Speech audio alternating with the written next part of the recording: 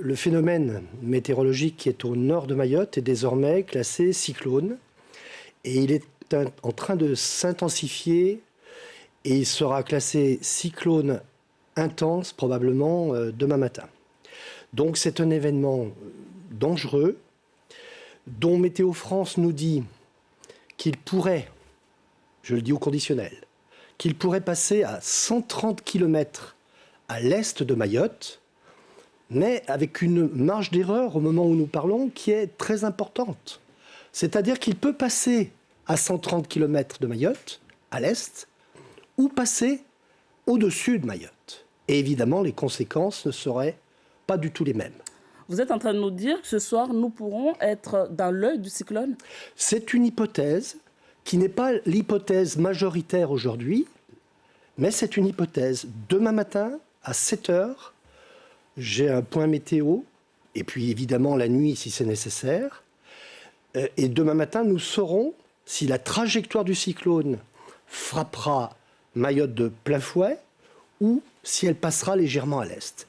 Dans tous les cas, nous sommes préparés.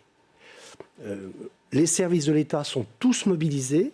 J'étais tout à l'heure en COD, en préfecture, avec Dominique Voynet, avec Gilles Arnaud, le recteur, avec le général de gendarmerie, tous les directeurs et chefs de service de l'État, tous les partenaires, les associations et tous ceux qui ont été réquisitionnés pour l'occasion. Nous avons des locaux scolaires qui seront ouverts pour mettre les populations à l'abri.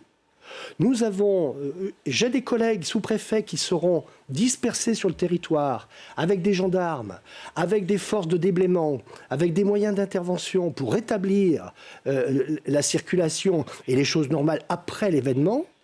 Et les maires sont parfaitement mobilisés dans leur commune, au contact de leur population. Le dispositif est prêt. Maintenant, il y a deux options. Oui. La première, c'est on se dit non, ça, c'est pas pour nous. Allez, on se laisse aller. Certaines personnes le disent. Voilà, certaines personnes le disent. On s'en fout, c'est pas pour nous. Et on s'en occupe pas. Et puis, il y a la voie de la responsabilité, c'est celle que je veux incarner, c'est celle que je veux proposer aux Mahorais, de dire ça passera peut-être à côté, mais ça peut passer sur Mayotte. Et si ça passe sur Mayotte, ce sera terrible. Préparons-nous, écoutons les directives, mettons-nous à l'abri. Demain matin, il faut être extrêmement attentif à ce que nous allons dire sur ce sujet.